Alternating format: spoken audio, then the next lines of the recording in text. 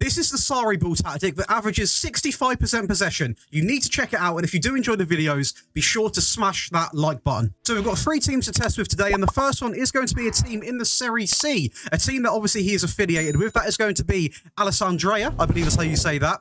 And it is actually quite a good league to play, and a little bit of competition. As you can see, that we did manage to win the Serie C. We also won the Italian C Super Cup, and also this Italian C Cup, which is a very confusing title, but that's pretty much how it is worded. We scored 56 goals in the league, conceded only 14, and picked up 0 red cards across the entire season. In terms of the league table, it's very dominant here with 80 points. We've got Cena coming in with 71, making that a 9-point advantage going in our favour. So not too much competition, to be honest, overall. It is quite competitive around this part of the table, though, to be fair, but we pretty much run away with the league title, to be honest with you, and we had some very impressive team stats to go alongside this as well. As you can see right here, we had most points per game at 2.11, most shots for at 571, fewer shots against at 184, most possession coming in at 65%, which actually is the standout stat, fewest conceded coming in at 14, and the most clean sheets coming in at 25. So it really does deliver a lot, this tactic. Not only does it is very good at the back, it scores a lot of goals, to be fair. Obviously, free from being the highest ranking in the division. And you're also getting a great possession-based tactic as well, which is really, really impressive. As you can see here, a 6% advantage over everybody else in this relative division. Going over to the data hub, we are going to be looking at a 1.47 goals per game. This is not the most out there scoring tactic in the world. Obviously, this is the weakest team we're going to be testing with, so it is going to improve the better your team. In terms of defensive work, though, very, very impressive, coming in at 0.37 and nearly averaging a 90% pass completion. So it is a really good possession-based tactic, very good with the pass completion side as well, and also averaging just over 15 shots per game, so not shy on that front either. And we are going to look at it, although we know it's not going to be too crazy in terms of the goals. We are going to have Gallinardro coming in, with 19 goals, 19 from him, 10 coming in from Marso as well. Pagani coming in with 9 also for Riccardo. Guidetti with 9, 8 goes actually out on loan, so we can't include him. Then it just dropped to 6, 5, 2 and 2. So although it's not high numbers, what we are seeing is a lot of contributions from a load of different players, which is always something we do like to see in the tactics. Obviously, ideally, there would be more goals, but whenever we recreate these managers, we have to play the way that they like to play. And I do want to quickly say about that, when you actually do watch the tactic breakdown, there's going to be a bit of a segment on there, only about 5 to 10 seconds, where we are going to talk about one key thing, which we couldn't utilise within this game because the match engine simply doesn't allow it. But going over to the assists, we're going to have 8 coming in for Lamesta, but also got Marso coming in with 8 as well, Riccardo coming in with 7, then it drops off to 5, 5, 5. So again, it's low numbers. It is low numbers, but still quite good contributions from all the team. And in my opinion, a very good first test. We're in a league I never really get to test in. And then we go over to 4th place predicted Lazio. And we had a very good season over in Italy here. We managed to win the Italian Serie A. Not the Italian Cup, though, I will say. But in the actual division, we really did enjoy ourselves, scoring 84 goals, ranking us the best, just showing as a little bit of a better team, you can really go out and get them goals. 28 goals conceded, a few red cards on this occasion, but that does differ from save to save. In terms of the league table, a little bit more comfortable over in the main Serie A division. 84 points in our favour. Atalanta close in second with 78. Then there was a little bit of a drop-off here with Napoli coming in with 74 and Inter Milan clenching the sort of UCL spots, coming in with 72. Roma having quite a bad season. But overall, a very good season for us, nevertheless. And the team stats are also going to look quite friendly as well, as it's now going to be 2 out of 2 tests where we actually dominate possession the most, coming in with 61% across the entire season, most points per game at 2.21, most goals coming in at 84, quite a lot over Napoli in second place, most shots for at 734, quite a few more than Inter Milan, and the fewer shots coming in also beating Inter Milan, so really putting on a great performance. Not as good defensively as we were in the previous save, but a lot better attacking wise, and also still very, very good on the ball. And talking about being good on the ball, we are going to also see that pass completion rate be pretty much the same. Get it on for your 90%, which is really, really impressive. Over 2 goals a game in the Serie A, which in a league where it's very defensive based is really, really good. And conceded per game at 0.74, so still well under a goal a game. And if that's not enough, we're nearly averaging towards the 20 mark on shots per game, pretty much at the goal. So realistically, we are performing better than pretty much the average, which is what we want to be seeing, and a really good season in general for this Lazio side. In terms of the goals, we are going to go ahead and have a look as well. It's going to be Immobile. That is going to be Hood Gaiman's favourite striker, coming in with 45 goals in the season. 12 coming in for Mattea. Pedro coming in with 10. Forgot he actually played for Lazio. Alberto coming in with 7. 7 coming in for Nicolo. Felipe Anderson with 7 as well. Obviously the former West Ham man. 6 coming in there for Milinkovic-Savic, a player who I thought one day would actually get a Premier League move. And going over to the assists, we've got 16 from Pedro. Immobile with 12. Luis Alberto coming in with 9. 9 coming in for Danilo. We've got Mattea coming in with 7. We've got Felipe Anderson with 7. 6 for Milinkovic-Savic. Antonio with 5. So again, a very, very familiar story. Lots of players getting involved with the assists and also the goal scoring. Don't get me wrong, the bulk load of the goals are going to be coming from Immobile, which is completely fine. As I said, this isn't really a high scoring tactic at all. It is a Sarri tactic, so it's more about sort of controlling the game and getting the goals when and if you can. But to be fair, we did end up being the best in the league, so we can't complain too much. But in my opinion, that is 2 very successful tests. And we're now going to go over to the last one. And we then go over to his former side. That is going to be Chelsea. And we actually enjoyed quite a good season here. We did win the Champions League, which I'm going to show you the highlights from because it's not on the team competitions, which is completely fine, as I will be showing that anyway. On top of this, we won the English Premier Division. Not a great display in the FA Cup and the Carabao Cup, but to be honest, winning the Champions League alone would be a massive accomplishment with Chelsea, especially on this game, and also winning the Premier League, 2 of the biggest trophies you can win. We're not going to complain at all. In terms of the league stats, it's actually a bit of a flip around over in England, as we actually maintain the best goals conceded record at 31. In terms of goals scored, we ranked the 3rd best, so we're not able to outscore the likes of probably your Cities, your Liverpools, which is to be expected, but it is always good to see us being so defensively solid. Going over to the actual league table to start with, it's actually going to be City coming in 2nd place, obviously 4 points behind it, so quite close over in England. But to be fair, we've done enough. There were some teams that obviously underperformed this year, like United for definite. I mean, 9th place for United. You possibly could even argue Newcastle.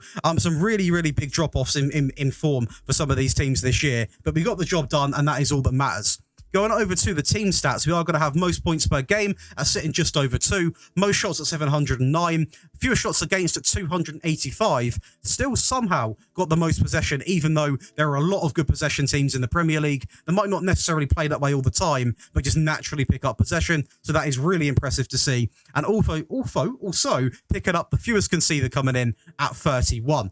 Going over to the data hub, we are going to be looking at 1.87 goals per game, conceded at 0.82, a pass completion of around 89%, and averaging just under 19 shots a game. So a little less goals over in the Premier League, which is to be expected. Obviously, we're not the favourites, and to be honest, we don't have the best attack in the Premier League. Let's just be realistic. No disrespect to the Chelsea fans, but it's just a fact. But to be honest, it's still a very impressive season. Winning the Premier League is a massive accomplishment. Winning the Champions League in the same season makes it an absolutely incredible season. And that is 3 tests from 3 very different point of views in sort of your actual squad sort of depth and your squad quality. And to be honest, we've not actually tested with a powerhouse. We're not going to in this video. None of these teams are classed as powerhouses. None of them are favourites to win the league. So that's quite an interesting video we've sort of done here. And we are going to go ahead now and watch some of the highlights. The first game we're going to watch is going to be the 4-0 win over Real Madrid in the Champions League final. Obviously, I did want to prove that we actually did win this because we can't see it on the home screen,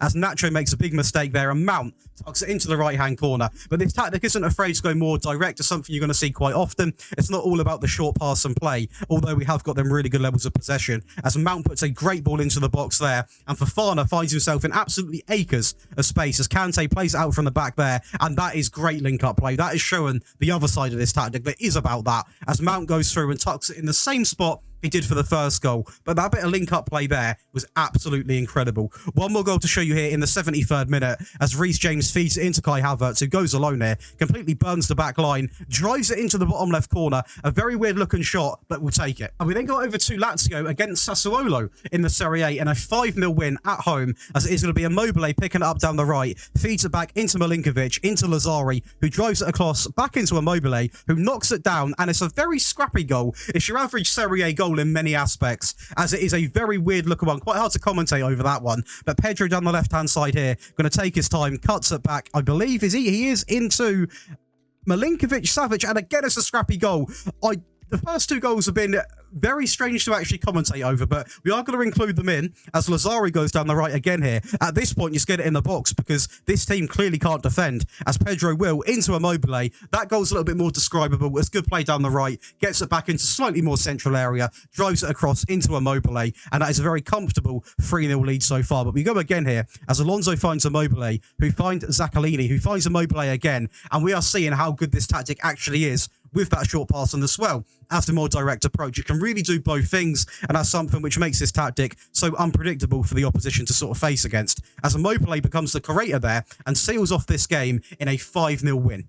And we are now going to break down the tactic for you guys, but if you are enjoying today's video, please do leave a like, subscribe, and also turn on the notification bell. And you can now check out my second channel in the description below, where you can find all of your F1 content and various other racing games gameplay. So do check that out as well, it would mean the world. But let's go ahead and break down this SARRIBALL tactic. So, this is going to be SARRIBALL. It is going to be based around the 4-3-3. And as you can see, we have got 3 variants. And I do want to quickly say, just for a second, thank you to all of the names coming down the screen right now. These are going to be either new or existing Patreon members. Basically, joining the Patreon helps me out as a creator. You also get great perks for yourself, including early video release, access to all 3 of the tactic files. You get priority in the tactic and rebuild requests. You also get access to exclusive giveaways and one-on-one help with your tactic needs. So if you are interested, you can click the link in the description. But let's go ahead and break down this tactic. So I'm going to kick things off with the sort of balanced one. This is the one which I do most of the testing with. In the cup finals, I do switch between the 3. So I would recommend, if you can, definitely either download all 3 or copy all 3, just so you can change if and when you need to. So the first one is going to be a positive mentality. In possession, we've got a fairly narrow pass into space. Overlap left, overlap right, focus play through the middle, play out from the back is an absolute necessity in this formation, much shorter passing directness with a slightly lower tempo, mixed crosses, work ball into the box, and also dribble less. This tactic is a very sort of friendly tactic on player fitness. You're not going to drain your players at all playing like this.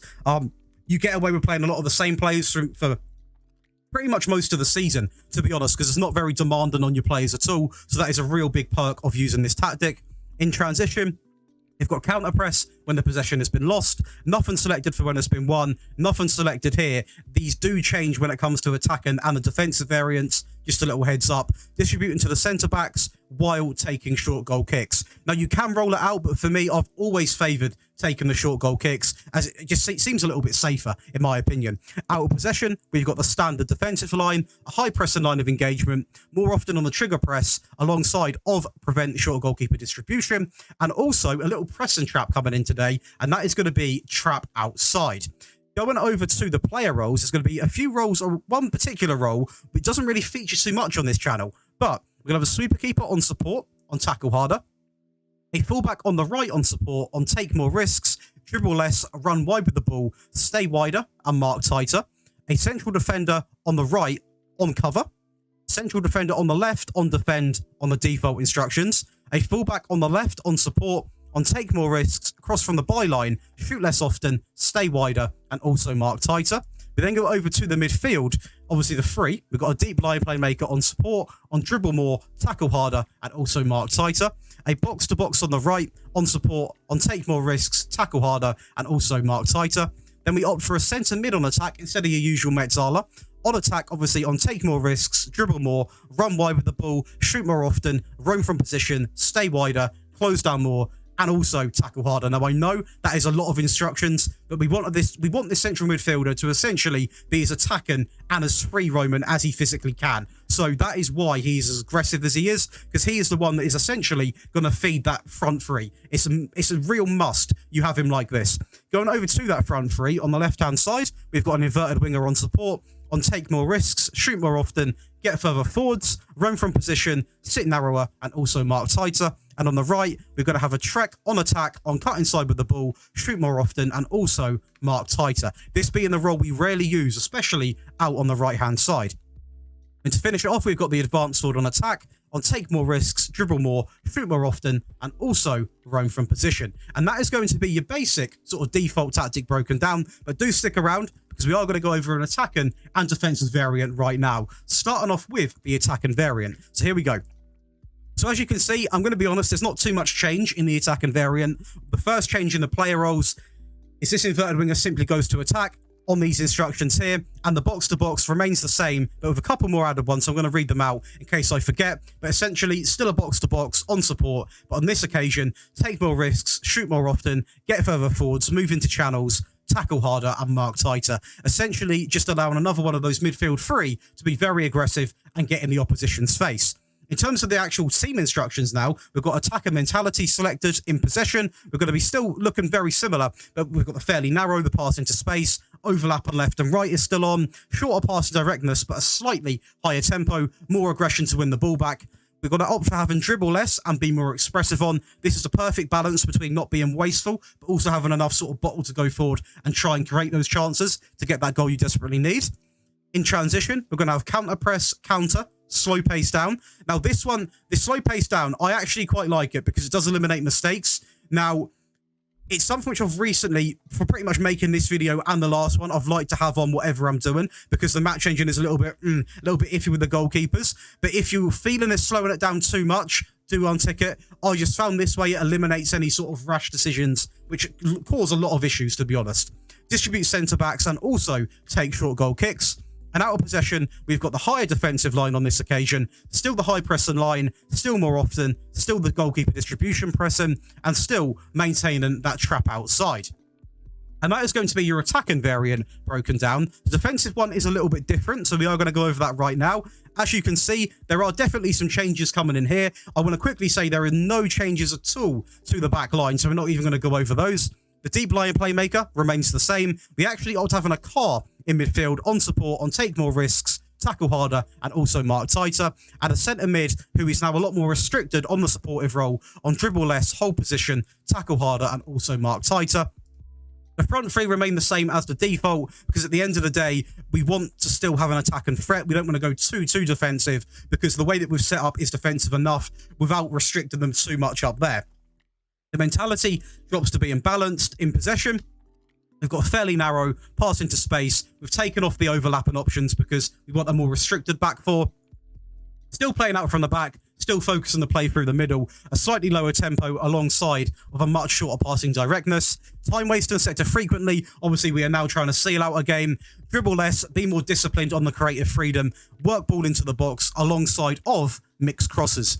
In transition, again, it's going to be very sort of negative because we are trying to seal out the game. We're still applying some counter press when the ball has been lost. However, we're going to hold the shape when the ball has been won, slow the pace down while distributing to the centre backs using short goal kicks.